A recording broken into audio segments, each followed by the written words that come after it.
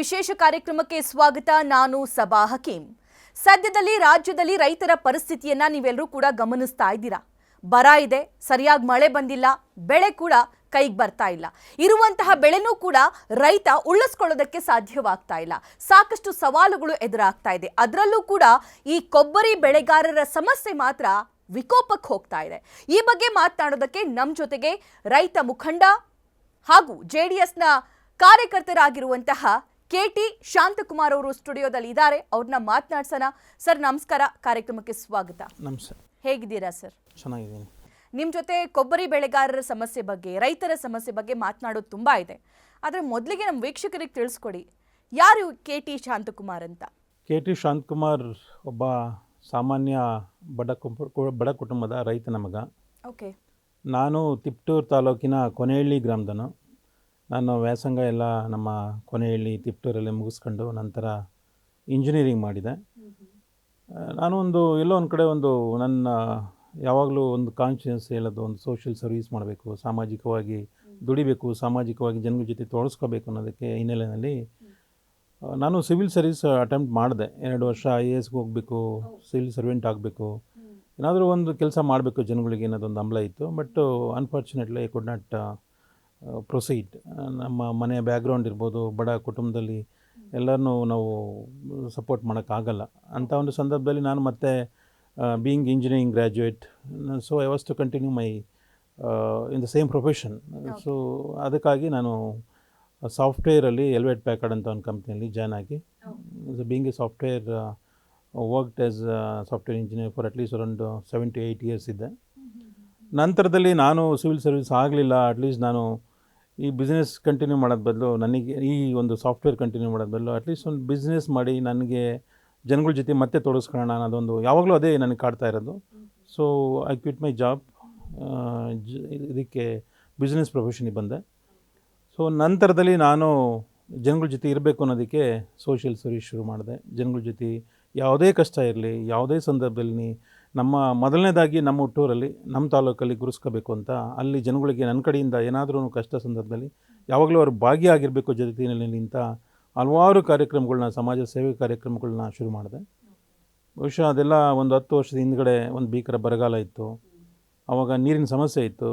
ನಾನೇ ಒಂದು 10 tanker, 20 tanker 1 ವರ್ಷ ನಿರಂತರವಾಗಿ ಜನಗಳಿಗೆ, ಎಲ್ಲಿ ಹಳ್ಳಿ ಇರ್ಬೋದು, ನಗರ ಇರ್ಬೋದು, ಯಾವುದೇ ವಾರ್ಡ್ ಇರ್ಬೋದು, ಅವತ್ತು ಬರಗಾಲ ಅಂತ ಬಂದಾಗ ಸರ್ಕಾರ ಅವತ್ತು ಹಲವಾರು ಸ್ಟ್ರೈಕ್ಗಳು ಮಾಡಿದು.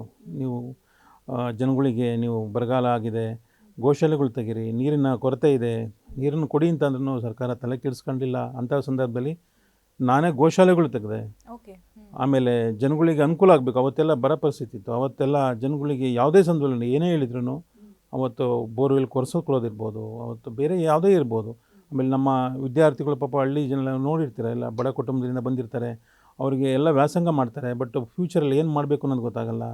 ಅವರಿಗೊಂದು ಸ್ಕಿಲ್ ಡೆವಲಪ್ಮೆಂಟ್ ಮಾಡಬೇಕು. ಅಟ್ಲೀಸ್ಟ್ ನಾವು ಯಾವ ಕಂಪ್ನಿ ಜಾಯ್ನ್ ಆಗಬೇಕು, ಏನು ಪ್ರೊಫೆಷನ್, ಅವ್ರಿಗೆ ಏನು ಸೂಕ್ತ ಇರುತ್ತೆ ಅದಕ್ಕೆಲ್ಲ ಗೊತ್ತಿರಲ್ಲ. ಅಂಥ ಒಂದು ಸಂದರ್ಭದಲ್ಲಿ ಅವ್ರಿಗೇ ಪ್ರತಿ ವರ್ಷವೂ ಅಟ್ಲೀಸ್ಟ್ ನಮ್ಮ ಭಾಗದಲ್ಲಿ ಒಂದು ಏರಳವಾಗಿ ವಿದ್ಯಾರ್ಥಿಗಳನ್ನ ಪಾಸಾಗಿರೋದನ್ನ ಅವ್ರಿಗೆ ಕೆಲಸ ಕೊಡಿಸ್ಬೇಕು ಅನ್ನೋ ಉದ್ದೇಶಕ್ಕೆ. ಏಕೆಂದರೆ ರೈತರ ಮಕ್ಕಳೆಲ್ಲ ಪಾಪ ಯಾರೋ ವಿದ್ಯಾವಂತರು ಕಡಿಮೆ, ಓದಿರೋದೇ ಕಡಿಮೆ, ಅಂಥದ್ರಲ್ಲಿ ಓದಿಯವ್ರಿಗಾದರೂ ಒಂದು ಸ್ವಲ್ಪ ಕೆಲಸ ಕೊಡಿಸ್ಬೇಕು ಅಂತ ಹಲವಾರು ಈ ಜಾಬ್ ಮೇಳಗಳು ಮಾಡ್ತಾಯಿದ್ದೆ. ಅವರಿಗೆಲ್ಲ ಏನೋ ಒಂದಲ್ಲ ಒಂದು ರೀತಿಯಲ್ಲಿ ಯಾವಾಗಲೂ ಜನಗಳ ಜೊತೆ ತೊಡಸ್ಕೊಬೇಕು ಅನ್ನೋದೇ ಹಂಬಲ. ಹಾಗಾಗಿ ನಾನು ಈ ಜನಗಳ ಜೊತೆ ಇರಬೇಕು ಅನ್ನೋದಕ್ಕಾಗಿಯೇ ರಾಜಕೀಯ, ಪೊಲಿಟಿಕ್ಸು, ಸೋಷಿಯಲ್ ಸರ್ವೀಸು ಇದಕ್ಕೆ ಧುಮುಕಿದ್ದು. ಇದನ್ನು ತುಂಬ ಸಿಂಪಲ್ ಆಗಿ ನಮ್ಮ ವೀಕ್ಷಕರಿಗೆ ಹೇಳಬೇಕು ಅಂತಂದರೆ, by profession engineer, business men, by passion ಇವರ ಸೋಷಿಯಲ್ ವರ್ಕರ್. ಹೆಂಗೆ ಸರ್ ಇದು ಇಂಜಿನಿಯರಿಂಗಿಂದ ಸೋಷಿಯಲ್ ವರ್ಕು ಹೇಗೆ ಬಂದ್ರಿ? ಹೇಳಿದ್ನಲ್ಲ, ನಾನು ಇಂಜಿನಿಯರಿಂಗ್ ಮಾಡ್ಬೇಕಾದ್ರೆ ನನಗೆ ಅದು ಯಾವಾಗಲೂ ಇರೋದು. ಯಾವುದು ಮೋಟಿವೇಟ್ ಮಾಡ್ತು ನಿಮಗೆ ಈ ಕಡೆ? ಅಲ್ಲ, ಏಕೆಂದರೆ ನಾನು ಬಂದಿರೋದು ಬಡ ಕುಟುಂಬದಲ್ಲಿ. ಈಗ ನೀವೆಲ್ಲ ನೋಡಿದ್ದೀರಾ ವಿಲೇಜ್ಗಳಲ್ಲೆಲ್ಲ ಪಾಪ ಎಷ್ಟು ಕುಟುಂಬಗಳು, ಏನೇ ಇವತ್ತು ರೈತ ಅವರು ವಿದ್ಯಾಭ್ಯಾಸ ಮಾಡೋದಿರ್ಬೋದು, ಅವ್ರ ಮಕ್ಕಳಿಗೆ ವಿದ್ಯಾಭ್ಯಾಸ ಕೊಡೋದೇ ಒಂದು ದೊಡ್ಡ ಚಾಲೆಂಜ್ ಆಗಿರುತ್ತೆ. ಇಂಥವು ಹಲವಾರು ಇನ್ನೂ ಗ್ರಾಮಗಳಿದ್ದಾವೆ. ಸಾಮಾಜಿಕವಾಗಿ ಇವತ್ತು ಏನೆಲ್ಲ ಅವರಿಗೆ ಸಿಗಬೇಕು ಅದು ಸಿಗ್ತಾಯಿಲ್ಲ. ಸೊ ನಂದು ಒಂದು ಹೋರಾಟ, ಅವ್ರು ಸಾಮಾಜಿಕವಾಗಿ ರೈತರು ಇರ್ಬೋದು, ಜನಸಾಮಾನ್ಯರು ಇರ್ಬೋದು, ಕೂಲಿ ಕಾರ್ಮಿಕರು ಇರ್ಬೋದು, ಅವರಿಗೆಲ್ಲ ಒಂದು ನ್ಯಾಯ ದೊರಕಿಸ್ಕೊಡ್ಬೇಕು, ಅವ್ರನ್ನೂ ಸಮಾಜದ ಮುನ್ನೆಲೆ ತರಬೇಕು. ಏಕೆಂದರೆ ಎಲ್ಲರೂ ಇವತ್ತು ನನಗೊಂದು ಫ್ಯಾಷನ್ ಆಗಬೇಕು. ನನಗೊಂದೊಂದು ಫ್ಯಾಷನ್ ಆಯಿತು ಒಂಥರ. ಅವ್ರ ಜನಗಳ ಜೊತೆಗೆ ಅವ್ರಿಗೆ ಏನಾದರೂ ನನ್ನ ಕಡೆಯಿಂದ ಒಂದು ಕೊಡುಗೆ ಕೊಡಬೇಕು ಅನ್ನೋದಕ್ಕೆ ನಾನು ಇಂಜಿನಿಯರಿಂಗ್ ಮಾಡಬೇಕು ಅಂದ್ರೆ ಸಿವಿಲ್ ಸರ್ವಿಸ್ ಆಗಬೇಕು ಅಂತದ್ದು ಒಂದು ಇತ್ತು. ನಾನು IAS ಮಾಡಿ ಅಟ್ಲೀಸ್ಟ್ ಒಂದು ಜಿಲ್ಲಾಧಿಕಾರಿ ಆದರೆ ಏನಾದ್ರು ಒಂದು ಕೊಡುಗೆ Social ಕೊಡ್ಬೋದು, service ಮಾಡ್ಬೇಕು ಮಾಡ್ಬೋದು ಅನ್ನೋದಿತ್ತು. ಬಟ್ ಅದಾಗಲಿಲ್ಲ. ಅಂಥ ಒಂದು ಸಂದರ್ಭದಲ್ಲಿ ನಾನು ಜಾಬ್ ಮಾಡಬೇಕಾದ್ರೆ, ಇಂಜಿನಿಯರಿಂಗ್ ಜಾಬ್ ಮಾಡಬೇಕಾದ್ರೆ ಮತ್ತು ಅದು ಯಾವಾಗಲೂ ನನಗೆ ಕಾಡ್ತಾ ಇತ್ತು. ಹಾಗಾಗಿ ನಾನು ಈ ಒಂದು ಸೋಷಿಯಲ್ ಸರ್ವೀಸ್ಗೆ, ಈ ಒಂದು ಪೊಲಿಟಿಕ್ಸಿಗೆ ಜಾಯ್ನ್ ಆಗಿದ್ದು. ಓಕೆ, ಕಲ್ಪತರು ನಾಡಿನಿಂದ ರೈತ ಮುಖಂಡ ನಮ್ಮ ಜೊತೆಗಿದ್ದಾರೆ. ಓಕೆ, ಸೊ ಕಲ್ಪತರು ನಾಡಲ್ಲಿ ಸ್ಪೆಷಲಿ ತಿಪ್ಟೂರಲ್ಲಿ ಏಷ್ಯಾದಲ್ಲೇ ಲಾರ್ಜೆಸ್ಟ್ ಕೋಕೋನಟ್ ಮಾರ್ಕೆಟ್ ಇರುವಂಥದ್ದು. ಪ್ರಪಂಚದಲ್ಲೇ ಇರುವಂತಹ ಕೋಕೋನಟ್ಗಳ ಪೈಕಿ, ಆ ಕ್ವಾಲಿಟಿ ಪೈಕಿ ತಿಪ್ಟೂರಿನ ಆ ತೆಂಗಿನಕಾಯಿ ತುಂಬ ಉತ್ಕೃಷ್ಟ ಅಂತ ಕರೆಸ್ಕೊಳ್ಳುತ್ತೆ, ತುಂಬ ಒಳ್ಳೆಯದು ಅಂತ ಕರೆಸ್ಕೊಳ್ಳುತ್ತೆ. ಓಕೆ, ಸೊ ಇವಾಗ ಹೇಗಿದೆ? ಆ್ಯಕ್ಚುಲಿ ನಮ್ಮ ತಿಪ್ಟೂರು ಇಡೀ ಪ್ರಪಂಚದಲ್ಲೇ ಈ ಕೊಬ್ಬರಿಗೆ ತುಂಬ ಫೇಮಸ್ಸು. ಆಮೇಲೆ APMC ಮಾರ್ಕೆಟು ಏಷ್ಯಾದಲ್ಲೇ ದೊಡ್ಡ ಮಾರ್ಕೆಟು ಕೋಕೋನಟ್ ಪ್ರಾಡಕ್ಟ್ಸ್ಗೆ. ಮತ್ತು ನಮ್ಮ ಕೊಬ್ಬರಿ ಬೆಳೆಗಾರರು ನಮ್ಮ ತಿಪ್ಟೂರಲ್ಲೇ ಅಲ್ಲ, ಒಂದು 40-45 ತಾಲೂಕುಗಳಲ್ಲಿ ಆ ಒಂದು ಭಾಗಕ್ಕೆ ಸೀಮಿತವಾಗಿದ್ದಾರೆ. ನೀವು ಎಲ್ಲ ನಮ್ಮ ಸರೌಂಡಿಂಗಲ್ಲಿ ಆ ಬೆಲ್ಟಲ್ಲಿ ತುಮಕೂರಿಂದ ಹಿಡಿದು, ಮೈಸೂರಿಂದ ಹಿಡಿದು, ರಾಮನಗರ ಮತ್ತು ಹಾಸನ್ನು ಮತ್ತು ಚಿಕ್ಕಮಗಳೂರು, ಚಿತ್ರದುರ್ಗ, ಈ ಒಂದು ಸರೌಂಡಿಂಗಲ್ಲಿ ಶಿವಮೊಗ್ಗ, ಏನು 40-45 ತಾಲೂಕುಗಳಲ್ಲಿ ಕೊಬ್ಬರಿ ಬೆಳೆಗಾರರು ಹೇರಳವಾಗಿದ್ದಾರೆ. ಆಮೇಲೆ ಅವ್ರದ್ದೆಲ್ಲ ಜೀವನಾಧಾರನೇ ಕೊಬ್ಬರಿ.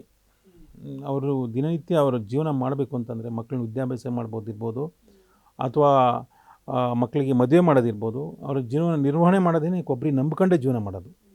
ಇವತ್ತು ಚೆನ್ನಾಗಿತ್ತು, ಕೊಬ್ಬರಿ ಬೆಳೆಗಾರೆಲ್ಲ ತುಂಬ ಖುಷಿಯಾಗಿದ್ದರು. ಯಾವಾಗ ಆಲ್ಮೋಸ್ಟ್ ಅರೌಂಡ್ 3-4 ಇಯರ್ಸ್ ಬ್ಯಾಕ್ ಒಳ್ಳೆ ರೇಟ್ ಇತ್ತು, ಜನ ಬೆಳೆದ್ರೂ ಅವರಿಗೆ ಒಂದು ನ್ಯಾಯ ಸಿಗ್ತಾಯಿತ್ತು, ಬೆಲೆ ಸಿಗ್ತಾಯಿತ್ತು, ಒಳ್ಳೆ ಬೆಲೆ ಇತ್ತು, ಸರ್ಕಾರನೂ ಮುಂದೆ ಬರ್ತಾಯಿತ್ತು ಕೊಬ್ಬರಿ ಕೊಂಡ್ಕೊಳ್ಳೋದಕ್ಕೆ, ಬೆಳೆ ಬಿದ್ದರೆ ಕೊಂಡ್ಕೊಳ್ಳೋದಕ್ಕೆ ಇತ್ತು. ಬಟ್ 3-4 ಇಯರ್ಸಿಂದ, ಆಲ್ಮೋಸ್ಟ್ ಒಂದು 3-4 ಇಯರ್ಸಿಂದ 18,000-19,000 ಕ್ವಿಂಟಲ್ ಕೊಬ್ಬರಿಗಿತ್ತು, ಏಕಾಏಕಿ 8,000 ರೂಪಾಯಿ ಬಂತು. ಹೆಂಗೆ ಸರ್ ಅದು ರೇಟ್ ಜಾಸ್ತಿ ಆಗೋದು ನೋಡಿದ್ದೀವಿ, 10,000 ರೇಟ್ ಬೀಳೋದು ಅಂತಂದರೆ? ಅದನ್ನೇ ಅಧೋಗತಿಗೆ ಬಂದಿದ್ದಾರೆ ರೈತರೆಲ್ಲ. ಪಾಪ ಎಲ್ಲ ಸಂಕಷ್ಟದಲ್ಲಿದ್ದಾರೆ. ಯಾರಿಗೂ ಇವತ್ತು ಅವರು ಜೀವನ ಮಾಡೋದೇ ಕಷ್ಟ ಆಗಿದೆ. ಇವತ್ತು ಈ ಒಂದು ಬರಗಾಲದಲ್ಲಿ, ಒಂದು ಕಡೆ ಬರಗಾಲ ಇದೆ, ಒಂದು ಕಡೆ ಮಳೆ ಇಲ್ಲ, ಒಂದು ಕಡೆ ಈವನ್ ರಾಗಿ, ಅವರ ಆ ರಾಗಿ ಮೇವಿಲ್ಲ. ಅಟ್ಲೀಸ್ಟ್ ಪರ್ಯಾಯವಾಗಿ alternatively to succeed a life, ನಾವು ಹೈನುಗಾರಿಕೆ ಹಾಲು ಕರೆದು ಜೀವನ ಮಾಡಬೇಕು ಅಂದರೆ, ಪ್ರತಿ ಒಂದು ಹಳ್ಳಿನಲ್ಲಿ ಇವತ್ತು ಹೆಚ್ಚು ಕಡಿಮೆ 70% ಇವತ್ತು ಕೋಕೋನಟ್ ಟ್ರೀ ಇಲ್ಲ ಅಂದರೆ ಅವರು ಹಾಲಿಂದ ಬದುಕ್ತಾರೆ. ಹಾಲಿಗೆ ಇವತ್ತು ರಾಗಿ, ನಮ್ಮದೆಲ್ಲ ಈ ಭಾಗದಲ್ಲಿ ರಾಗಿ ಸೀಮಿತವಾಗಿದೆ. ರಾಗಿ ಬೆಳೆ ಇವತ್ತು ಬರಗಾಲ ಬಂದಿದೆ, ರಾಗಿ ಬೆಳೆನೇ ಇಲ್ಲ. ರಾಗಿ ಬೆಳೆ ಇಲ್ಲ ಅಂತಂದರೆ ಅವನು ಹಾಲೂ ಕರೆದು ಜೀವನನೂ ಮಾಡೋದಕ್ಕಾಗಲ್ಲ. ಯಾಕೆಂದರೆ ನೋಡಿ ಆಲ್ಮೋಸ್ಟ್ 2-3 ಮಂತ್ಸಲ್ಲಿ ಅವ್ನ ಮೇವೆಲ್ಲ ಮುಗಿದೋಗುತ್ತೆ. ಮತ್ತು ನೀರಿಲ್ಲ. ಈಗಾಗಲೇ ಹೈಡ್ರಾಲಿಕ್ ಪಾಯಿಂಟ್ಸ್ ಎಲ್ಲ ಮೇಲ್ಗಡೆ ಬರ್ತಾ ಇದೆ, ಈಗ ಅವರು ಕೆಳಗಡೆ ಹೋಗ್ಬಿಟ್ಟಿದೆ. ಏನು ಒಂದು 500-600 ಬೋರ್ವೆಲ್ ಕೊರೆದ್ರೆ ನೀರು ಸಿಗ್ತಾಯಿತ್ತು, ಈಗ ನೀರು ಸಿಗ್ತಾಯಿಲ್ಲ. ಎಲ್ಲ ಬೋರ್ವೆಲ್ಗಳು ಡ್ರೈ ಆಗ್ತಾಯಿದೆ. ಆಲ್ಮೋಸ್ಟ್ ಇದು ರಿಪೀಟ್ ಆಗ್ತಾಯಿದೆ. ಬರಗಾಲ ಅನ್ನೋದು 2013ನಲ್ಲಿ ಇದೇ ಥರ ಸೀವರ್ ಇದಿತ್ತು, ಮತ್ತು ಈಗಲೂ ಅದೇ ಥರನೇ ಆಗಿದೆ. ಅಷ್ಟು ಬರಗಾಲದಲ್ಲಿ ಪಾಪ ಅವ್ನು ಜೀವನ ಮಾಡೋದು ಹೆಂಗೆ ಈ 8,000 ರೂಪಾಯಿನಲ್ಲಿ? ತುಂಬ ಕಷ್ಟ ಆಗಿದೆ ಅವನ ಜೀವನ. ಹಾಗಾಗಿ ಈಗ ಏನು ಒಂದು 19,000-18,000 ಇತ್ತು, 8,000 ಬಂದಿದೆ. ಇದು ಇವತ್ತಲ್ಲ, ಒಂದು 2-3 ಇಯರ್ಸ್ ಬ್ಯಾಕೆ ಬಂದಿತ್ತು. ಇದು ಅದೇ ರೀತಿ ಕಂಟಿನ್ಯೂ ಆಗ್ತಾಯಿದೆ. ಮತ್ತು ಜಾಸ್ತಿ ಆಗ ಪ್ರಮೇಯನೇ ಇಲ್ಲ, ಜಾಸ್ತಿ ಆಗ ಇದೇ ಇಲ್ಲ. ಆ ಥರ ಒಂದು ಸಂಭವ. ಅದೇ ನಮ್ಮ ದೌರ್ಭಾಗ್ಯ ಅನ್ಸುತ್ತೆ ಶಾಂತಕುಮಾರ್ ಸರ್. ಯಾಕಂದರೆ ನಮ್ಮ ಕಾಸ್ಟ್ ಆಫ್ ಲಿವಿಂಗ್ ಎಲ್ಲ ತುಂಬ ಜಾಸ್ತಿ ಆಗ್ತಾ ಇದೆ, ಆದರೆ ರೈತನಿಗೆ ಸಿಗಬೇಕಾಗಿರುವಂಥ ಸರಿಯಾದ ಬೆಲೆ ಅವ್ರಿಗೆ ಸಿಗ್ತಾ ಇಲ್ಲ. ಸೊ ಆ ಟೈಮಲ್ಲಿ ರೈತ ಏನು ಮಾಡಬೇಕು ಅಂತ ಸುಮಾರು ರೈತರು ನಿಮ್ಮ ಹತ್ರ ಬರ್ಬೋದು, ಈ ಎಲ್ಲ ಪ್ರಶ್ನೆಗಳನ್ನು ತಗೊಂಡು, ಈ ಎಲ್ಲ ಸಮಸ್ಯೆಗಳನ್ನು ತಗೊಂಡು ಏನು ಹೇಳ್ತಾರೆ ಅವರು? ನಾನು ಹೇಳಿದ್ನಲ್ಲ, 18,000ದಿಂದ 8,000ಗೆ ಬಂತು. ಜನ ಎಲ್ಲ ಪಾಪ ಅವ್ರ ಸಂಕಷ್ಟ. ಯಾಕೆಂದರೆ ನಾನು ರೈತನ ಮಗ, ನನಗೆ ಗೊತ್ತಿದೆ ಅವ್ರ ಜೀವನ ಹೆಂಗಿದೆ ಅಂತ. ನಾವು ಚಿಕ್ಕ ಹುಡುಗನಲ್ಲಿ ನಾವು ಆ 1 ಕ್ವಿಂಟಲ್ ಕೊಬ್ಬರಿ 2 ಕ್ವಿಂಟಲ್ ಕೊಬ್ಬರಿ ಆಗೋದು. ಯಾರೂ ಬಿಗ್ ಫಾರ್ಮರ್ಸ್ ಯಾರೂ ಇರೋಲ್ಲ, ಯಾರೂ 10 ಎಕರೆ ಯಾರೂ ಇಟ್ಕೊಂಡಿಲ್ಲ. ಎಲ್ಲ ಸಬ್ಸಿಸ್ಟೆನ್ಸ್ ಕಲ್ಟಿವೇಷನ್, ಎಲ್ಲ ಫಾರ್ಮರ್ಸ್ ಎಲ್ಲ 2 ಎಕರೆ 3 ಎಕರೆ, ಅದಕ್ಕಿಂತ ಮೇಲೆ ಯಾರೂ ಇಲ್ಲ. ಯಾರೂ 50 quintal yellow hardly 10% we get, at least ಒಂದು 10% ಆಫ್ ದಿ ಪಾಪ್ಯುಲೇಷನ್ ಕೊಬ್ಬರಿ ಬೆಳೆಗಾರರು ಒಂದು 10 ಎಕರೆ 20 ಎಕರೆ 50 ಕ್ವಿಂಟಲು 60 ಕ್ವಿಂಟಲ್ ಇದ್ದಾರೆ. ಬಟ್ ಎಲ್ಲ ಅವ್ರ ಜೀವನ 10 ಕ್ವಿಂಟಲಿಂದ ಒಳಗಡೆ ಇದ್ದಾರೆ. ಅವ್ರ ಜೀವನ ಮಾಡೋದಕ್ಕೆ ಆಗಲ್ಲ. ಇವತ್ತು ಅವರಿಗೆ ಬೆಂಬಲ ಬೆಲೆ ಸರ್ಕಾರ ಇಂಥ ಸಂದರ್ಭದಲ್ಲಿ, ರೈತ ಏನು ಕಷ್ಟದಲ್ಲಿ ಬಂದಿರ್ತಾನೆ, ಇವತ್ತು ಕಷ್ಟ ಇದೆ ಅಂಥ ಸಂದರ್ಭದಲ್ಲಿ ಕೈ ಹಿಡಿಬೇಕು ಅವ್ರನ್ನ. ಏನೋ ಒಂದು ವಿಶ್ವಾಸ ಇರುತ್ತೆ, ಭರವಸೆ ಇರುತ್ತೆ ಸರ್ಕಾರದ ಮೇಲೆ, ನಮ್ಮನ್ನು ಉಳಿಸ್ಕೊಂತಾರೆ, ಸರ್ಕಾರ ಬರುತ್ತೆ ನಮ್ಮ ಪರವಾಗಿ ಅಂತ ರೈತ. ಯಾಕೆಂದರೆ ಇದು ಇಂಡಿಯಾ ಇದೇನು ಬಿಗ್ ಆಲ್ವೇಸ್ ಕಾರ್ಪೊರೇಟ್ ಕಂಪ್ನಿ ಅಲ್ಲ, ಎಲ್ಲ ಇರೋದು ಆಲ್ಮೋಸ್ಟ್ 70%, 65-70% ಅಗ್ರೇರಿಯನ್ ಎಕಾನಮಿ, ಎಲ್ಲ ಅಗ್ರಿಕಲ್ಚರ್ ಬೇಸ್ಡ್ ಎಕಾನಮಿ ಇಲ್ಲಿ. ಇವತ್ತು ಅವ್ನು ಬೆಳೆದ್ರೆ ಅವ್ನ ಜೀವನ. ಎಲ್ಲರೂ ಏನು ಸಾಫ್ಟ್ವೇರ್ ಕಂಪ್ನಿ ಅಲ್ಲ ಸರ್, ಇವಾಗ ಸರ್ಕಾರದಲ್ಲಿ ಇರೋರು ಈ ಹಿಂದೆ ಎಲೆಕ್ಷನ್ ಟೈಮಲ್ಲೆಲ್ಲ ಹೇಳಿದ್ರಲ್ಲ ಬೆಂಬಲ ಬೆಲೆ ಕೊಡ್ತೀವಿ ನಾವು ಸರಿಯಾಗೆಲ್ಲ ಮಾಡ್ತೀವಿ ಅಂತ, ಏನು ಆಗಿಲ್ವಾ ಹಾಗಾದ್ರೆ? ಅದೇನೂ ಆಗಲಿಲ್ಲ. ಅದನ್ನೇ ಹೇಳ್ತಾ ಇದ್ದೀನಿ ನಾನು. ಇವತ್ತು ನಾವು ಹೋರಾಟ ಮಾಡಿದೆ. ಫಸ್ಟು ನಮ್ಮ ರೈತರ ಪರವಾಗಿ ನಿಂತ್ಕೋಬೇಕು, ಧ್ವನಿ ಎತ್ತಬೇಕು ಅಂತ ಹೇಳಿ ನಾನು ಯಾವಾಗ 8,000ಕ್ಕೆ ಬಂತು, 8,500 ಬಂದಾಗ ನಾನು ಆ ಮೂಮೆಂಟಲ್ಲೇ ರೈತರ ಪರವಾಗಿ ನಮ್ಮ ಜೊತೆ ಇರ್ತೀನಿ, ಹೋರಾಟ ಮಾಡೋಣ, ನಿಮ್ಮ ಜೊತೆ ಕುತ್ಕೊಂತೀನಿ, ಎಲ್ಲೇ ಆದ್ರೂ ಎಷ್ಟೇ ದೂರ ನಡಿಬೇಕಾ, ಉಪವಾಸ ಮಾಡಬೇಕಾ, ನಿಮ್ಮ ಜೊತೆ ಇರ್ತೀನಿ ಅಂತ ಹೇಳ್ಬಿಟ್ಟು ಟ್ರ್ಯಾಕ್ಟರ್ ಮುಖಾಂತರ ಒಂದು ಚಾಲನೆ ಮಾಡಿದೆ, ಒಂದು ಸತ್ಯಾಗ್ರಹ ಚಾಲನೆ ಮಾಡಿದೆ. ಇಡೀ ನಮ್ಮ ಕೊಬ್ಬರಿ ಬೆಳೆಗಾರಿಗೆ ಗೊತ್ತಾಗಬೇಕು ನಿಮ್ಮ ಪರವಾಗಿ ಹೋರಾಟ ಮಾಡೋದಕ್ಕೆ ಇರ್ತೀನಿ ಅಂತ. ಅವತ್ತು ಶುರು ಮಾಡಿದ್ದು, ಎಲ್ಲ ಕಡೆಯೂ ಶುರುವಾಯಿತು. ಅವತ್ತು ನಮ್ಮ ತಿಪ್ಟೂರಲ್ಲಿ ನಾನು ಶುರು ಮಾಡಿದ್ಮೇಲೆ ಇಡೀ ನಮ್ಮ ಆ ಭಾಗದ ಕೊಬ್ಬರಿ ಬೆಳೆಗಾರರು ಎಲ್ಲರೂ ಎಲ್ಲ ತಾಲೂಕುಗಳನ್ನು ಕೊಬ್ಬರಿ ಹೋರಾಟಗಳು ಶುರು ಮಾಡಿದ್ರು. ಹೋರಾಟಕ್ಕೆ ಪ್ರತಿಫಲ ಆಗಿ ಅವತ್ತು ನಮ್ಮ ಸರ್ಕಾರ ಅವತ್ತೇನಿತ್ತು ತಲೆ ಕೆಡಿಸ್ಕೊಳ್ಳಿಲ್ಲ. ಇದೇ ಸರ್ಕಾರ ಹಿಂದೆ BJP ಸರ್ಕಾರ ಇತ್ತು, ಇಬ್ಬರು ಮಿನಿಸ್ಟ್ರ್ ಇದ್ದರು ನಮಗೆ, ನಮ್ಮ ಜಿಲ್ಲೆಯಲ್ಲಿ ಇಬ್ಬರು ಮಿನಿಸ್ಟ್ರ್ ಇದ್ದರು, ಕೊಬ್ಬರಿ ಬೆಳೆಗಾರರ ಪರವಾಗಿ ಧ್ವನಿ ಎತ್ತರು, ಅವರು ಏನೂ ಮಾತಾಡಲಿಲ್ಲ. ಆಮೇಲೆ ಕೊನೆಗೆ 750 ರೂಪಾಯಿ ಫಿಕ್ಸ್ ಮಾಡಿದ್ರು ಕೇಂದ್ರ ಸರ್ಕಾರ. ಆ್ಯಕ್ಚುಲಿ ಏನಾಗುತ್ತೆ ಅಂದರೆ ಇಲ್ಲಿ ಒಂದು ನಫೆಡ್ APMCಲಿ ನಫೆಡ್ ಅಂತ ಇರುತ್ತೆ, ಎಲ್ಲ ತಾಲೂಕುಗಳಲ್ಲಿ ನಫೆಡ್, ಅದು ಕೇಂದ್ರ ಸರ್ಕಾರಕ್ಕೆ ಸೀಮಿತವಾಗಿರುತ್ತೆ, ಅದು ಪರ್ಚೇಸ್ ಮಾಡೋದು. ಇನ್ಫ್ಯಾಕ್ಟ್ ಏನಾಗುತ್ತೆ ಅಂತಂದರೆ ಒಂದು ವೈಜ್ಞಾನಿಕವಾಗಿ ಎಷ್ಟು ಅಸಲು ಬರುತ್ತೆ ಅನ್ನೋದನ್ನು ಫಿಕ್ಸ್ ಮಾಡಬೇಕು. ಅದು it was fixed at around 15 to 16 years back. 11,000 ರೂಪಾಯಿ MSP ಫಿಕ್ಸ್ ಮಾಡಿದ್ದಾರೆ. ಕೇಂದ್ರ ಸರ್ಕಾರದಿಂದ ಒಂದು ಸಮಿತಿ ಬಂದು ಈ ನಫೆಡಲ್ಲಿ 15 ವರ್ಷ. ಅವಾಗ ವ್ಯಾಲ್ಯೂ ಆಫ್ ಮನಿ ಎಷ್ಟಿತ್ತು, ಇವಾಗ ಎಷ್ಟಿದೆ? ಅವಾಗ ಪೆಟ್ರೋಲ್ ರೇಟು 60 ರೂಪಾಯಿ ಇತ್ತು, 50 ರೂಪಾಯಿ ಇತ್ತು, ಇವಾಗ 100 ರೂಪಾಯಿ ಆಗಿದೆ. ಅವನು ಒಂದು ಒಂದು ಟೌನಿಗೆ ಬಂದು ಏನಾದರೂ ರೇಷನ್ ತಗೊಂಡೋಗ್ಬೇಕು ಅಂತಂದರೆ ಅವನು 1 ಲೀಟ್ರ್ ಬಂದರೆ 100 ರೂಪಾಯಿ ಮುಗ್ದೋಯ್ತು. ಅವ್ನು ಡೈಲಿ 200 ರೂಪಾಯಿ ಪೆಟ್ರೋಲ್ ಹಾಕ್ಸಿದ್ರೆ ಅವ್ನ ಜೀವನ. ಅಂಥ ಒಂದು ಪರಿಸ್ಥಿತಿನಲ್ಲಿ ನೀವು ಅದೇ ರೇಟಲ್ಲಿದ್ದರೆ, ಈಗಿನ ಹಾರ್ಟಿಕಲ್ಚರ್ ಡಿಪಾರ್ಟ್ಮೆಂಟು ಅವ್ರ ತಜ್ಞರು ಈಗ ಹೇಳ್ತಾ ಇದ್ದಾರೆ, ಒಂದು ಹಸಲಿಗೆ 1 ಕ್ವಿಂಟಲ್ಗೆ 16,750 ರೂಪಾಯಿ ಬರುತ್ತೆ ಅಂತ ಅವರೇ ಫಿಕ್ಸ್ ಮಾಡಿದ್ದಾರೆ. ನಾವು ಅದನ್ನು ಹೋರಾಟ ಮಾಡೋದು. ನೀವು ವೈಜ್ಞಾನಿಕವಾಗಿ ಫಿಕ್ಸ್ ಮಾಡಿ 15-20 ವರ್ಷದಿಂದ ನಮ್ಮ ಪುರಾತನ ಕಾಲದಿಂದಲೂ ಅದೇ ಒಂದು MSP ಥರ ಫಿಕ್ಸ್ ಮಾಡ್ಕೊಂಡಿದ್ದೀರಾ. ಬೇರೆ ಎಲ್ಲ ಬೆಳೆಗಳು ಬೇರೆ ಎಲ್ಲ ಬೆಳೆಗಳು ತಾಳಿ ನಮ್ಮ ಕರ್ನಾಟಕದಲ್ಲಿ. ನಾನು ಅದು ಕಡಿಮೆ ಆಗಿತ್ತು, ನನಗೆ ಜಾಸ್ತಿ ಮಾಡಿದ್ದಾರೆ ಅಂತ ನನಗೆ ಅಭ್ಯಂತರ ಇಲ್ಲ. ಬಟ್ ಯಾಕೆ ಕೊಬ್ಬರಿನ ನೀವು ಅಸಡ್ಡವಾಗಿ ನೋಡ್ತಿದ್ದೀರಾ? ಕೊಬ್ಬರಿ ಬೆಳೆಗಾರನೇ ಯಾಕೆ ನಿಮಗೆ ಕಣ್ಣಿಗೆ ಕಾಣಿಸಲ್ಲ ಸರ್ಕಾರಕ್ಕೆ? ಅದನ್ನೇ ಇವತ್ತು ನಾವು ಹೋರಾಟ ಮಾಡಿದ್ಮೇಲೆ ಎಲ್ಲರೂ ಹೋರಾಟ ಮಾಡಿದ್ರು. ಅವತ್ತು ನಾವು ಕೇಂದ್ರ ಸರ್ಕಾರದವರು 750 ರೂಪಾಯಿ ಜಾಸ್ತಿ ಮಾಡಿ ನಫೆಡಲ್ಲಿ ಖರೀದಿ ಮಾಡ್ತೀವಿ ಅಂತ ಹೇಳಿದ್ರು. ಆಮೇಲೆ ಅವತ್ತು ನಮ್ಮ ತಿಪ್ಟೂರಲ್ಲಿರ್ಬೋದು ಎಲ್ಲ ಭಾಗದಲ್ಲೂ ರೈತರೆಲ್ಲ ಸ್ಟ್ರೈಕಿಗೆ ಕೂತ್ಕೊಂಡಿದ್ರು, ಉಪವಾಸ ಮಾಡ್ತಾಯಿದ್ರು, ತಿಂಗಳಾನುಗಟ್ಟಲೆ ಸ್ಟ್ರೈಕಲ್ಲಿ ಕೂತಿದ್ರು. ಅವತ್ತಿನ ಸರ್ಕಾರ ಅವರಿಗೆ ಯಾರಿಗೂ ಕಿವಿನೇ ಕೇಳಿಸ್ಕೊಳ್ಳಿಲ್ಲ. ಯಾವ ಸೌಜನ್ಯಕ್ಕಾದ್ರೂ ನೀವು ಸ್ಟ್ರೈಕ್ ಮಾಡ್ತಾಯಿದ್ದೀರಾ, ಏನಕ್ಕೆ ಮಾಡ್ತಾಯಿದ್ದೀರಾ, ನಿಮ್ಮ ಪರವಾಗಿ ನಾವು ಇರ್ತೀವಿ ಅಂತ ಒಂದು ಸೌಜನ್ಯಕ್ಕಾದರೂ ಅವ್ರು ಮಾತಾಡಲಿಲ್ಲ. ಅವತ್ತು ಬಹುಶಃ ರೈತರೆಲ್ಲ ತೀರ್ಮಾನ ಮಾಡಿದರು, ಕೊಬ್ಬರಿ ಬೆಳೆಗಾರರು ತೀರ್ಮಾನ ಮಾಡಿದರು, ನಿಮಗೆ ಚುನಾವಣೆ ಸಂದರ್ಭದಲ್ಲಿ ನಾವು ತಕ್ಕ ಉತ್ತರ ಕೊಡ್ತೀವಿ ಅಂತ ಬಹುಶಃ ಉತ್ತರ ಕೊಟ್ಟರು. ಬಹುಶಃ ಇವತ್ತು ಅವತ್ತಿನ ಸಂದರ್ಭಕ್ಕೆ ನಾವು ಚುನಾವಣೆಗೆ ಉಪಯೋಗಿಸ್ಕೊಳ್ಳೋದಕ್ಕೆ ಜನಗಳನ್ನ ನಾವು ಚುನಾವಣೆ ಗೆದ್ದು ಬಿಡೋಣ ಅಂತ ಏನೋ ಒಂದು ಭರವಸೆಗಳು ಕೊಡೋದಕ್ಕೆ ಈ ಸರ್ಕಾರದ ಮೇಲೆ, ಕಾಂಗ್ರೆಸ್ ಸರ್ಕಾರದ ಮೇಲೆ ಭರವಸೆ ಇಟ್ಕೊಂಡ್ರು ರೈತರೆಲ್ಲ. ಏನೋ ನಮಗೆ ಇವತ್ತು ಇಷ್ಟೆಲ್ಲ ನಮ್ಗೆ ಅನ್ಯಾಯ ಮಾಡಿದ್ದಾರೆ ಈ ಸರ್ಕಾರ, ಕಾಂಗ್ರೆಸ್ ಪಕ್ಷ ಏನಾರು ನಮ್ಮ ಕೈ ಹಿಡಿತಾರೆ, ನಮ್ಮ ಪರವಾಗಿ ನನಗೇನಾದರೂ ಒಂದು ಭರವಸೆ ಕೊಡ್ತಾರೆ. ಸೊ ಆವಾಗ ನಮ್ಮ ಉಪಮುಖ್ಯಮಂತ್ರಿಯವರು ಬಂದು ನಮಗೆ ಘೋಷಣೆ ಮಾಡಿದ್ರು, ಆ ಭಾಗಕ್ಕೆ ಬಂದು ನಾವು ಸರ್ಕಾರ ಬಂದು ಒಂದೇ ತಿಂಗಳಲ್ಲಿ 15,000 ರೂಪಾಯಿ ಫಿಕ್ಸ್ ಮಾಡ್ತೀವಿ, ನಿಮ್ಮ ಪರವಾಗಿ ಇರ್ತೀವಿ ಅಂತ ಹೇಳೋದು. ನುಡಿದಂತೆ ನಡೆದಿದ್ದಾರಾ ಈಗ? ಇಲ್ಲ, ಅದು 1 ತಿಂಗಳಲ್ಲ 3 ತಿಂಗಳಾದಮೇಲೆ ಸೆಷನಲ್ಲಿ ಗಲಾಟೆ ಆಯಿತು. ಸೆಷನಲ್ಲಿ ಗಲಾಟೆ ಆದ್ರೂ ಎಲ್ಲರೂ ಮಾತಾಡಿದ್ರು. ಅವತ್ತು ಅವ್ರು ಫಿಕ್ಸ್ ಮಾಡಿದ್ದು 1,250 ರೂಪಾಯಿ ಘೋಷಣೆ ಮಾಡಿದರು. 15,000 ರೂಪಾಯಿ ಹೇಳಿದ್ದು ಅದು ಯಾವುದೂ ಇವತ್ತಿನವರೆಗೂ ಈಡೇರಿಲ್ಲ. ಇವತ್ತಿನವರೆಗೂ ಅದ್ರ ಬಗ್ಗೆ ಮಾತಾಡಿಲ್ಲ. ಅದು ಏನು ಬರೀ ಘೋಷಣೆಗೆ ಮಾತ್ರ ಸೀಮಿತ. ಅಷ್ಟೆಲ್ಲ ನಾವು ಸಮಸ್ಯೆ ಅಷ್ಟೆಲ್ಲ ಗಲಾಟೆ ಮಾಡಿದ್ರು ಅವತ್ತು ಹೇಳಿದ್ದು ಬರೀ 1,250 ರೂಪಾಯಿ. ನೆಫೆಡ್ಡು ಕ್ಲೋಸ್ ಆಯಿತು. ಇವರು ಜುಲೈ 11ಕ್ಕೆ ಘೋಷಣೆ ಮಾಡಿ ಜುಲೈ 15ಕ್ಕೆ ನೆಫೆಡ್ ಕ್ಲೋಸ್ ಮಾಡಿದರು. ಇವರು ಯಾವ ಪುರುಷಾರ್ಥಕ್ಕೆ, ಯಾವ ಜನಗಳು ಆ್ಯಕ್ಚುಲಿ ಇಚ್ಛಾಶಕ್ತಿ ಇದ್ದು ರೈತರಿಗೆ ನಾವೇನಾದರೂ ಭರವಸೆ ಕೊಟ್ಟಿದ್ದೀವಿ, ರೈತರನ್ನ ಉಳಿಸ್ಬೇಕು, ರೈತರು ಸಂಕಷ್ಟದಲ್ಲಿದ್ದಾರೆ, ಅವ್ರ ಜೀವನನೇ ಮಾಡೋದಕ್ಕಾಗ್ತಾ ಇಲ್ಲ, ಇಂಥ ಒಂದು ಸಂದರ್ಭದಲ್ಲಿ ನಾವು ಭರವಸೆ ಕೊಟ್ಟಿದ್ದೀವಿ, ಅವ್ರ ಪರವಾಗಿ ಏನಾದರೂ ಒಂದು ಧೋರಣೆ ಮಾಡಬೇಕು ಅಂತ ಒಂದು ಇಚ್ಛಾಶಕ್ತಿ ಇದ್ದಿದ್ರೆ, ರೈತರ ಬಗ್ಗೆ ಕಾಳಜಿ ಇದ್ದಿದ್ರೆ, ನಮ್ಮ ಕೊಬ್ಬರಿ ಬೆಳೆಗಾರರ ಕಾಳಜಿ ಇದ್ದಿದ್ರೆ, ಕೊಬ್ಬರಿ ಬೆಳೆಗಾರರು ನಮ್ಮನ್ನು ಉಳಿಸಿದ್ದಾರೆ, ನಮ್ಮನ್ನು ಗೆಲ್ಲಿಸಿದ್ದಾರೆ, ಅವ್ರಿಗೆ ಏನಾದರೂ ಸರ್ಕಾರ ನ್ಯಾಯ ಕೊಡಿಸ್ಬೇಕು ಅನ್ನೋದಿದ್ದಿದ್ರೆ ಬಹುಶಃ ಅವತ್ತು ನೆಫೆಡ್ ಜೊತೆ ಮಾತಾಡಿ ನಿಮ್ಗೆಲ್ರಿಗೂ ನಾವು 1,250 ರೂಪಾಯಿ ಘೋಷಣೆ ಮಾಡಿದ್ದೀವಲ್ಲ, 11,750 ರೂಪಾಯಿ ಪ್ಲಸ್ 1,250 ರೂಪಾಯಿ ನೆಫೆಡ್ ಖರೀದಿ ಮಾಡೋಣ, ನೆಫೆಡ್ ಓಪನ್ ಮಾಡೋಣ ಅಂತ ಹೇಳ್ಬಿಟ್ಟು ನೆಫೆಡಲ್ಲಿ ಖರೀದಿ ಮಾಡಿಸ್ಬೇಕಾಗಿತ್ತು. ನೆಫೆಡ್ ಕ್ಲೋಸ್ ಮಾಡಿ ಇದನ್ನೇ ಕಾಯ್ತಾ ಇದ್ರು ಇವರು. ನೆಫೆಡ್ ಕ್ಲೋಸ್ ಆಯಿತು, ಇವ್ರು ಯಾರಿಂದ ಖರೀದಿ ಮಾಡಲಿಲ್ಲ. ಒಂದು ದಿವಸ ಯಾರ ಹತ್ರ ಖರೀದಿ ಮಾಡಿದ್ರೆ ಅದಕ್ಕೆ ಸ್ಯಾಂಪಲ್ 100 ಜನ ರೈತರ ಹತ್ರ ಖರೀದಿ ಮಾಡಿಲ್ಲ. ಅಂಥ ಒಂದು ಸಂದರ್ಭ ಇವತ್ತು ಘೋಷಣೆ ಮಾಡೋದಕ್ಕೆ ಸೀಮಿತ ಆಯಿತು. ಅವ್ರು ಬರೀ ವಿಧಾನಸೌಧದಲ್ಲಿ ಜನಗಳಿಗೆ ರೈತರಿಗೆ ಕಣ್ಣು ಒರೆಸೋದಕ್ಕೆ, ರೈತರ ಮೂಗ ತುಪ್ಪತ್ತು ಸವರೋದಕ್ಕೆ ಇದನ್ನೆಲ್ಲ ಘೋಷಣೆಗಳು ಮಾಡಿ ನಾವು ಇವತ್ತು ರೈತರು ಹೆಂಗಾಗಿದ್ದಾರೆ ಅಂದರೆ ಪರಿಸ್ಥಿತಿ, ಪಾಪ ಅವ್ರು ಜೀವನನೇ ಮಾಡೋದಕ್ಕಾಗ್ತಾ ಇಲ್ಲ. ಈ ಕಡೆ ಬರಗಾಲ ಇದೆ, ಬರಗಾಲದಲ್ಲಿ ಒಂದು ಕಡೆ ಏನು ಘೋಷಣೆ ಮಾಡಿದರು 7 ಗಂಟೆ 3 ಫೇಸ್ ಅಂತ ಹೇಳಿ ಅದನ್ನೂ ಕೊಟ್ಟಿಲ್ಲ. ಪಾಪ ರಾತ್ರಿ ಕೊಡ್ತಾರೆ 2 ಗಂಟೆಗೆ, ಅವನು ನಿದ್ದೆಗೆ ಇಟ್ಕೊಂಡು ರಾತ್ರಿ ಎಲ್ಲ ಹೋಗಬೇಕು. ಪಾಪ ರಾತ್ರಿ ಸಾಯಂಕಾಲ ಕರೆಂಟೇ ಇರಲ್ಲ, ಮಕ್ಕಳು ವಿದ್ಯಾಭ್ಯಾಸ, ಹಳ್ಳಿ ಮಕ್ಕಳು ವಿದ್ಯಾಭ್ಯಾಸ ಮಾಡೋದಕ್ಕಾಗಲ್ವಾ? ಅಂಥ ಒಂದು ಪರಿಸ್ಥಿತಿ. ರೈತ ದೇಶದ ಬೆನ್ನೆಲುಬು ಅಂತ ಕರೀತಾರೆ. ನಮ್ಮ ದೇಶದಲ್ಲಿ ಹೈಯೆಸ್ಟ್ ಇನ್ಕಮ್ ಬರೋದೇ ಅದು ಈ ಬೆಳೆಗಳಿಂದ. ಓಕೆ, ಅದರಲ್ಲೂ ತಿಪ್ಟೂರಿನ ಈ ಕೊಬ್ಬರಿ ಏನಿದೆ ವರ್ಲ್ಡ್ ವೈಡ್ ತುಂಬ ಫೇಮಸ್ ಆಗಿರುವಂಥ ಕೊಬ್ಬರಿ. ಸೊ ಇದಕ್ಕೆ ಸರಿಯಾಗಿ ಬೆಲೆ ಸಿಗ್ತಿಲ್ಲ ಅಂತ ನೀವು ಪಾದಯಾತ್ರೆ ಮಾಡ್ತೀರಾ, ಎರಡೆರಡು ಸಲ ಪಾದಯಾತ್ರೆ ಮಾಡ್ತೀರಾ. ನಿಮಗೆ ಒಬ್ಬ ಸಚಿವರು ಕ್ಯಾರೆ ಅಂತ ಕೂಡ ಅನ್ನಲ್ಲ, 3 ತಿಂಗಳಾಯಿತು ಅಂತಿದ್ದೀರಾ, ಇದುವರೆಗೂ ಯಾವುದೇ ರೆಸ್ಪಾನ್ಸ್ ಬಂದಿಲ್ಲ. ಹಾಗಾದರೆ ನಿಮ್ಮ ಹೋರಾಟಗಳೆಲ್ಲ ವಿಫಲ ಆಯಿತು ಅಂತ ಅನಿಸುತ್ತಾ? ಯಾಕಾದರೂ ಬನ್ನಪ್ಪ ಇದಕ್ಕೆ ಅಂತ ಅನಿಸುತ್ತಾ? ಅಲ್ಲ, ವಿಫಲ ಆಗೋದಕ್ಕೆ ಕ್ವಶನೇ ಬರಲ್ಲ.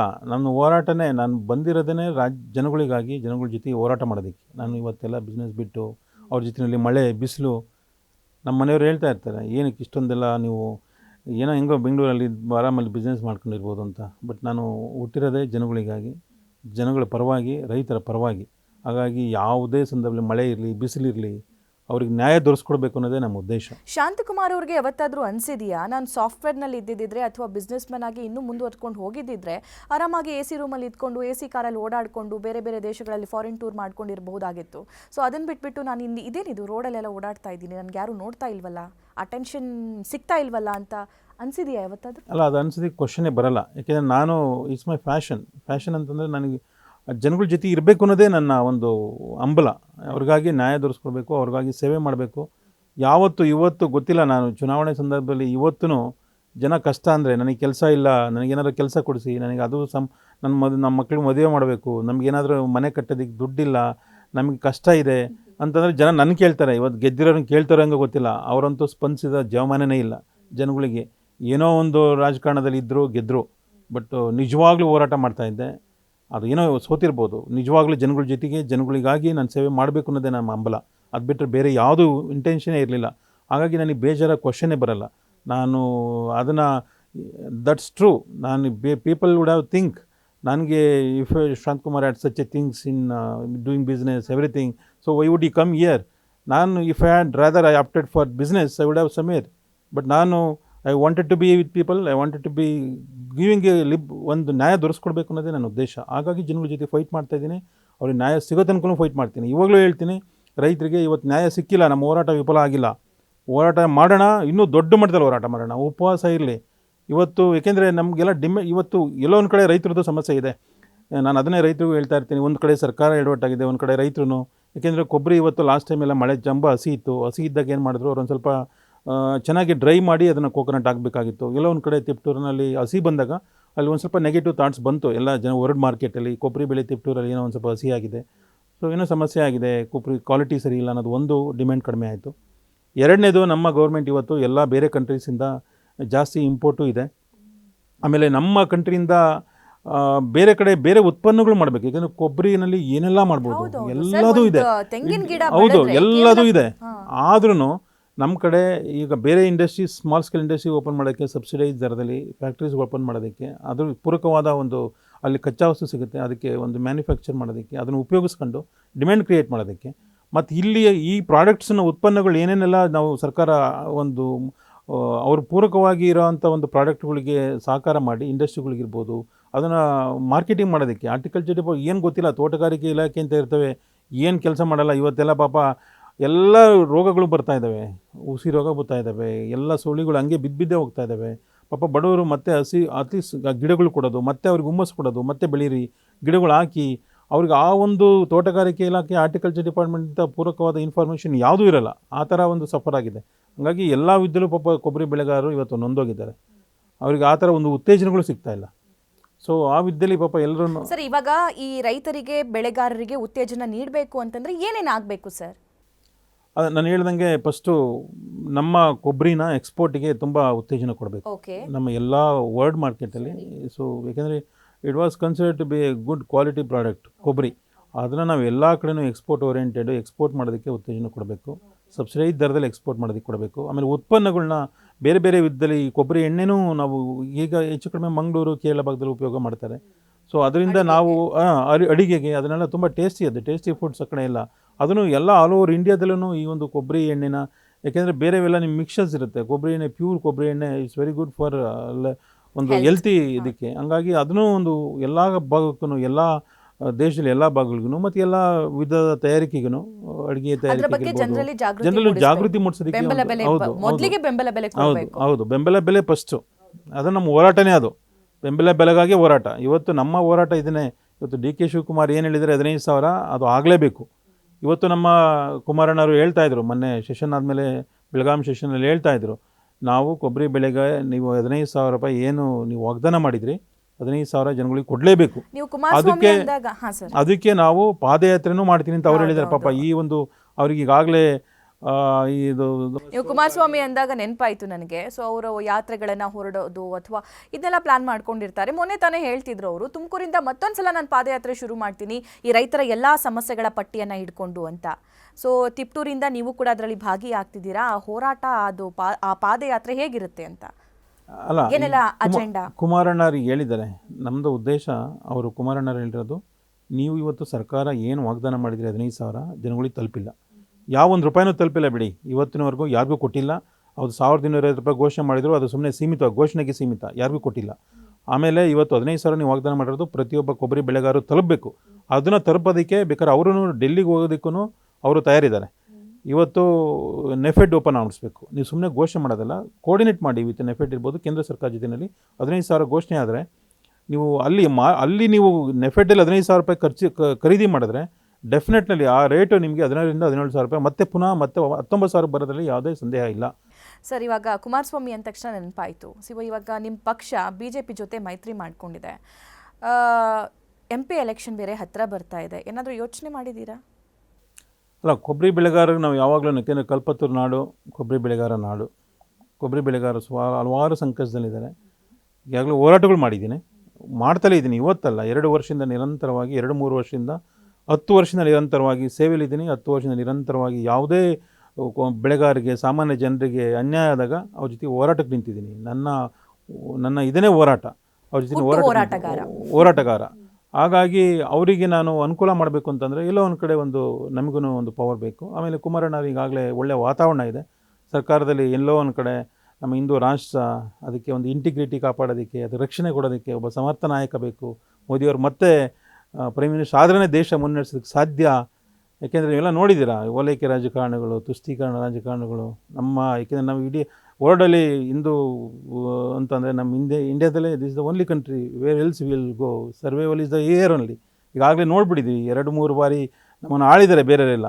ಮತ್ತು ಅಂಥ ಒಂದು ಸಂಕಷ್ಟಕ್ಕೆ ಪರಿಸ್ಥಿತಿ ಬೇಡ. ಹಂಗಾಗಿ ಇವತ್ತೆಲ್ಲ ಕುಮಾರಣ್ಣವರು ತಮ್ಮ ಐಡಿಯಾಲಜಿ ಅವರು ಹಂಗೇ ಇದೆ, ಆದ್ರೂ ಅವಶ್ಯಕತೆ ಇದೆ. ಅನಿವಾರ್ಯ ಸ್ಥಿತಿನಲ್ಲಿ ಇವತ್ತು ಅವ್ರ ಜೊತೆ ಒಟ್ಟಾಗಲೇಬೇಕಾಯಿತು. ಹಾಗಾಗಿ ಇವತ್ತು ಅಂಥ ಒಂದು ಸಂದರ್ಭ, ಒಳ್ಳೆಯ ವಾತಾವರಣ ಇದೆ. ನಮ್ಮ ವರಿಷ್ಠರು ಹೇಳಿದ್ರೆ, ಆಯಿತು ನೀವು ಹೋರಾಟ ಮಾಡಿದ್ದೀರಾ, ನಿಮ್ಮ ಜನ, ನಿಮ್ಮ ರೈತರು ನಿಮ್ಮ ಕೈ ಹಿಡಿತಾರೆ, ನೀವು ಕಾಂಟೆಸ್ಟ್ ಮಾಡಿ ಇಲ್ಲಿಂದ ಅಂತಂದರೆ 100% ನಾನು ಸದಾ ಸಿದ್ಧ ಇದ್ದೀನಿ. ಜನಗಳು ಎಲ್ಲ ಒಂದು ಕಡೆ ಇವತ್ತು ನೀವು ಒಂದು ಆಲ್ಟರ್ನೇಟಿವ್ ನೋಡ್ತಾ ಇದ್ದಾರೆ. ಬೇರೆ ಒಬ್ಬ ಈಗೆಲ್ಲ ನೋಡ್ಬಿಟ್ಟಿದ್ದಾರೆ, ಸಾಕಾಗ್ಬಿಟ್ಟಿದೆ. ಎಂದು 6 ತಿಂಗಳಲ್ಲೇ ಈಗ ಸರ್ಕಾರ ರಚನೆಯಾಗಿ 6 ತಿಂಗಳಲ್ಲೇ ಈ ಗ್ಯಾರಂಟಿ ಭಾಗ್ಯಗಳಲ್ಲಿ ಪಾಪ ಎಲ್ಲ ಮಹಿಳೆಯರೆಲ್ಲ ನಮಗೆ 2,000 ರೂಪಾಯಿ ಬರುತ್ತೆ ಅಂತ ಎಲ್ಲರೂ ರಾತ್ರಿ ಚೇಂಜ್ ಆಗ್ಬಿಟ್ರು. ಎಲ್ಲ ಗ್ಯಾರಂಟಿ ಕಾರ್ಡ್ ಸೈನ್ ಹಾಕಿ ಎಲ್ಲ ಮನೆಗೂ ತಲುಪಿಸಿರು. ಜನ ಅವತ್ತು ಹೋರಾಟಗಾರರು ನೆನಪಾಗಲಿಲ್ಲ, ಅವತ್ತು ಸೇವೆ ಮಾಡೋರು ನೆನಪಾಗಲಿಲ್ಲ. ಎಲ್ಲೋ ಒಂದು ಕಡೆ ಗ್ಯಾರಂಟಿಗಳು ನೆನಪಾಯಿತು, ನಮಗೇನೋ ಆಗುತ್ತೆ ಮುಂದೆ ಅಂತ. ಬಟ್ ಎಲ್ಲೋ ಒಂದು ಕಡೆ 6 ತಿಂಗಳಲ್ಲಿ ಅದು ಹುಸಿ ಆಗ್ತಾ ಬರ್ತಾ ಇದೆ, ಜನಗಳೆಲ್ಲ ಗೊತ್ತಾಗ್ತಾ ಇದೆ. ಈಗಲೇ ಬಹುಶಃ 5 ತಿಂಗಳಲ್ಲಿ ಆ್ಯಂಟಿ ಇನ್ಕಮೆನ್ಸಿ ಕ್ರಿಯೇಟ್ ಆಗಬೇಕಾಗಿದೆ. ಈಗ ಆಲ್ರೆಡಿ 6 ತಿಂಗಳಲ್ಲಿ ಯಾಕೆಂದರೆ 2,000 ರೂಪಾಯಿ ಯಾರಿಗೆ ಬರ್ತಾ ಇದೆ, ಕೆಲವಾರು ಅದರಲ್ಲೂ 100ಕ್ಕೆ 10% ಬರ್ತಾ ಇದೆ. ಈ ವಿದ್ಯಾನಿಧಿ ಅಂತ ಹೇಳಿದ್ರು, ಯಾವ ಯುವಕರಿಗೆ ಕೊಟ್ಟಿದ್ದಾರೆ. ಸರಿ, ಈ BJP ಮತ್ತು JDS ಕಾಂಬಿನೇಷನ್ ವರ್ಕ್ ಆಗುತ್ತೆ ಅಂತ ಅನ್ಸುತ್ತಾ? 100% ವರ್ಕ್ ಆಗುತ್ತೆ. ಮುಂದೆ ಅದಕ್ಕೆ ಭವಿಷ್ಯ ಇರೋದು. MP ಎಲೆಕ್ಷನಲ್ಲೇ ಬಹುಶಃ ಚುನಾವಣೆ ರಿಸಲ್ಟ್ ಗೊತ್ತಾಗುತ್ತೆ. ವೆಲ್ ಸರ್, ಇವಾಗ ಸಾಕಷ್ಟು ಬೆಳೆಗಾರರು ನಿಮ್ಮನ್ನು ನೋಡ್ತಾ ಇದ್ದಾರೆ, ಅವ್ರಿಗೇನು ಮೆಸೇಜ್ ಕೊಡ್ತೀರಾ? ನಮ್ಮ ಕೊಬ್ಬರಿ ಬೆಳೆಗಾರರ ಪರವಾಗಿ ನಾವು ಯಾವಾಗಲೂ ಇರ್ತೀನಿ. ಈಗಾಗಲೇ ಹೋರಾಟಗಳು ಮಾಡಿದ್ದೀನಿ, ನಿರಂತರವಾಗಿರುತ್ತೆ. ನಿಮ್ಮ ನ್ಯಾಯ ದೊರಕಿಸ್ಕೊಳ್ಳೋದಕ್ಕೂ ನಾವು ಹೋರಾಟ ಮಾಡೋಣ. ನಮ್ಮ ಕುಮಾರಣ್ಣವರು ಹೇಳಿದ್ದಾರೆ ಪಾದಯಾತ್ರೆ ಮಾಡೋಣ ಅಂತ. ನಮ್ಮ JDS ಸರ್ಕಾರ ಯಾವಾಗಲೂ ರೈತರ ಪರವಾಗಿ, ರೈತರ ಪಕ್ಷ. ನಾನು ಇವತ್ತು ಹೋರಾಟಗಳು ಮಾಡಿದ್ದೀನಿ. ಇದು ನಮಗೆ ಈ ಬೆಂಬಲ ಬೆಲೆ ಏನು ಮೊದಲು 18,000 ಇತ್ತು, ಆ ಬೆಂಬಲ ಬೆಲೆ ಬರೋ ತನಕನೂ ಹೋರಾಟ ಮಾಡೋಣ. ರೈತರಿಗೆ ನ್ಯಾಯ ಸಿಗೋ ತನಕನೂ ಹೋರಾಟ ಮಾಡೋಣ. ನಮ್ಮ ಜೊತೆ ಬನ್ನಿ, ಹೆಜ್ಜೆ ಹಾಕಿ, ನಿಮ್ಮ ಜೊತೆ ಸದಾ ಇರ್ತೀನಿ. ಓಕೆ ಓಕೆ ಶಾಂತಕುಮಾರ್ ಅವರೇ, ನಿಮ್ಮ ಪ್ರಯತ್ನಗಳನ್ನು ನೀವು ನಿಲ್ಲಿಸಿಲ್ಲ. ಎಷ್ಟೇ ವೈಫಲ್ಯಗಳು ಬಂದರೂ ಕೂಡ ಒಂದಾನೊಂದು ಕಾಲದಲ್ಲಿ ನಾನು ಗೆದ್ದೇ ಗೆಲ್ತೀನಿ, ನಮ್ಮ ರೈತರು ನಮ್ಮ ಬೆಳೆಗಾರರು ಗೆಲ್ತಾರೆ ಅನ್ನುವಂಥ ವಿಶ್ವಾಸ ನಿಮ್ಮದಾಗಿದೆ. ಸೊ ಆ ನಿಮ್ಮ ಹೋರಾಟಕ್ಕೆ ರೈತ ಬೆಳೆಗಾರರಿಗೋಸ್ಕರ ಮತ್ತು ಈ ಕೊಬ್ಬರಿ ಬೆಳೆಗಾರರಿಗೋಸ್ಕರ ಏನು ಹೋರಾಟ ಮಾಡ್ತಿದ್ದೀರಾ, ಆ ಹೋರಾಟಕ್ಕೆ ಜಯ ಸಿಗಲಿ ಅಂತ ನಾನು ಕೂಡ ಶುಭ ಹಾರೈಸ್ತೀನಿ. ಥ್ಯಾಂಕ್ ಯು ಸೋ ಮಚ್ ಕಾರ್ಯಕ್ರಮದಲ್ಲಿ ಜಾಯ್ನ್ ಆಗಿ ಸಾಕಷ್ಟು ವಿಚಾರಗಳನ್ನು ಹಂಚಿಕೊಂಡಿದ್ದಕ್ಕೆ. ಎಸ್ ವೀಕ್ಷಕರೇ, ಇದಾಗಿತ್ತು ಈ ಹೊತ್ತಿನ ವಿಶೇಷ ಕಾರ್ಯಕ್ರಮ. ನೀವು ನೋಡ್ತಾ ಇರಿ ನ್ಯೂಸ್ ಫಸ್ಟ್, ನಿರ್ಭೀತಿಯಿಂದ ನಿಮ್ಮ ಪರವಾಗಿ.